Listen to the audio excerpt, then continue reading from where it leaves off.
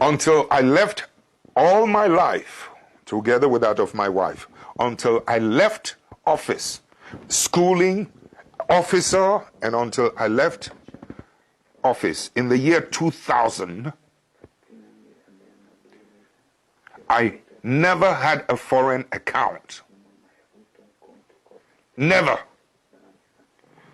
The CIA, the German intelligence, British MI5, your Italians, the French, all of you, go and look into every bank account. And to tell the world whether my wife and I ever had $1, 1 penny, anywhere, in any bank, in any part of the world, before I left office. I never did. Interestingly, and it never occurred to me, I had no desire for it. The only time it struck me that I needed a foreign money was when my wife was ill. And it was a situation we could not deal in my country, in Ghana. You know, and we looked for the most affordable place, which was in a university in Europe. That was the first time I suddenly realized how naked I was in terms of, I couldn't even save my wife's life, a very noble lady who had been through trying times with me. That's when I started calling around the world, friends, can you help, etc. So, having no account, oh, by the way, before I left office, we knew she was going to have this operation, so we had even put a little money aside. I think it was about $22,000 it was going to cost us. My wife is asthmatic, and over the years, it has developed its side effects, you know, both in her intestines and other complicated places. So it was going to be quite an expensive, this thing. And you listen to me carefully. I was looking around the world. Anybody help me? It's not for myself. I have no account. This is the address of the hospital. This is how much it's going to cost. I mean, it was the most shocking, painful experience I'd been across, that I could hardly get any assistance early enough. My government, who knew, the new government, who had taken over from me, who knew I needed help, and that we had made preparations, refused. On the last day before we were to leave, she was supposed to be on the operation table on the 22nd of a certain month. 2 days before, that's when I got a letter from the president's office, a 3-page letter, conditions I had to fill, a whole lot of rubbish. We got a ticket, we flew to London. This president, or this man who was a president who had been in office for almost 20 years, 10 years, 18, plus whatever it is, 8 plus another 2, almost 19, 20 years.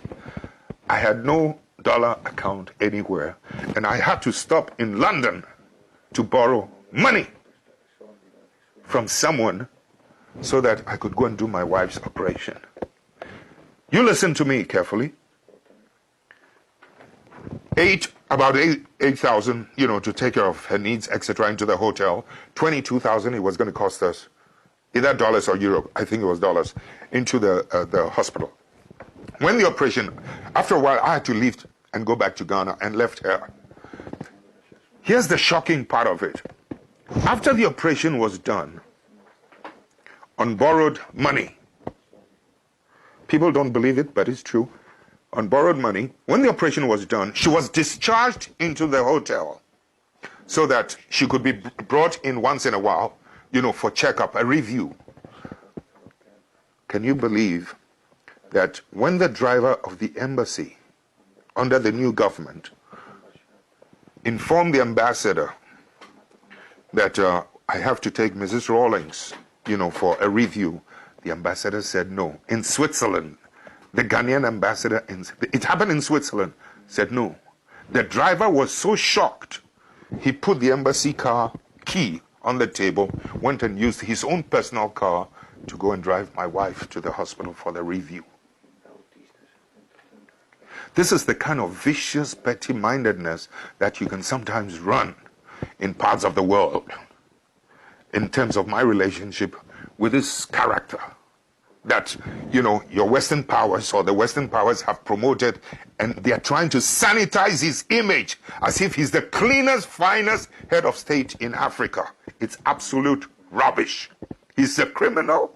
He's a thief. He went around telling the world, wrote a letter to every bank around the world that I had stolen suitcases of money into bank accounts. I was trying to kill him, make a coup. I had stolen 19 cars, etc. All of them were false. I will not tell you something that the bank... It took 3 months for me to be able to open a bank account through somebody. Finally, when the bank manager was going to open that account for me, do you know what he told his Swiss friend?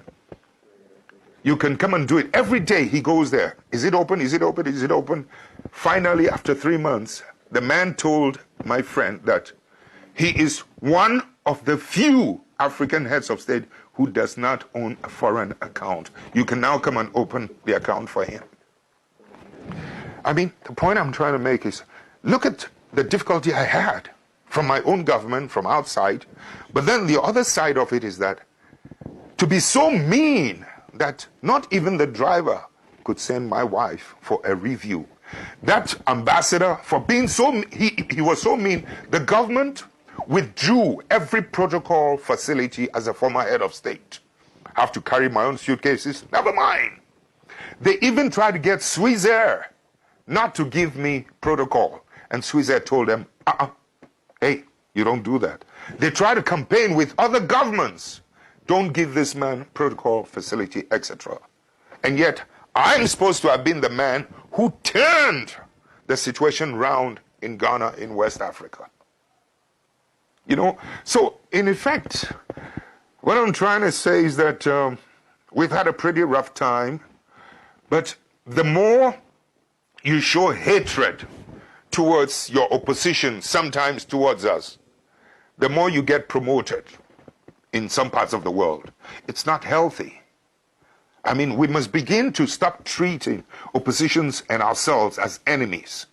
We must begin to rather engage in constructive relationship, constructive criticism, and not attempt to destroy and to see the opposition as your enemy to be destroyed.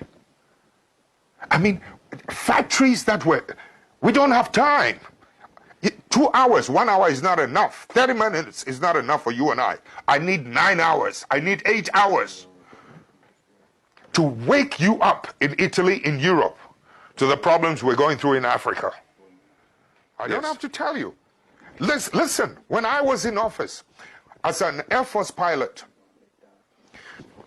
I went to school and trained in the cities. When I became an Air Force pilot, I had the opportunity to travel around the country. That's when I saw there is a big difference between those of us living in the cities and the mass people who feed us living in the rural areas. My brother, you listen to me carefully. The water they drink in those rural areas is such that the water you use to flush your toilet, the water we use to flush our toilet in the cities is much cleaner than the water they drink in the villages. No clinics, no hospitals, etc. No headache, no needles to even sew their clothes. That's when I began to see that the parasitic relationship between our cities and this thing. I mean, I've seen too much injustice in my country when I decided enough was enough. When some of us began to decide that something has to be done about it. When we emerged into political office, you know something? Electricity used to be limited to only 27% of the country. In the shortest possible time, we were able to, with Italian assistance, we were able to extend electricity from 27 to almost 87% of the rest of the country. We were able to extend roads. The infrastructure was improved every part of the country. I mean, it was beautiful. I mean, the energy now goes to every part of the village.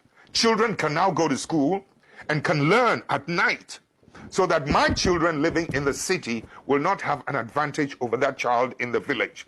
My child has no superior, was not born with anything superior than that child in the village. But so long as that child in the village is denied and deprived of electricity to learn at night and good water, etc., my child in the city will always have the advantage over the ones in the rural areas. I've been to school where rural students were doing better with the passage of time than those of us in the cities. Please, I know the potential of humanity. So when you're talking about the effects of some of these things, sometimes, you know, these superpowers must learn to accommodate and to live and to accept patriotic leadership, patriotic citizens. Too often, they're happier with people who are not patriots. But you, in Europe, excuse me, don't get angry, you never seem to know the role that some of your bad businessmen, you have good businessmen, and I respect them, but some of your bad businessmen are always doing bad things on our continent. And it's our people who suffer. This kind of thing must stop. Your governments must begin to wake up to help us, to help to police and to maintain the integrity of economic policies and economic practices in my country.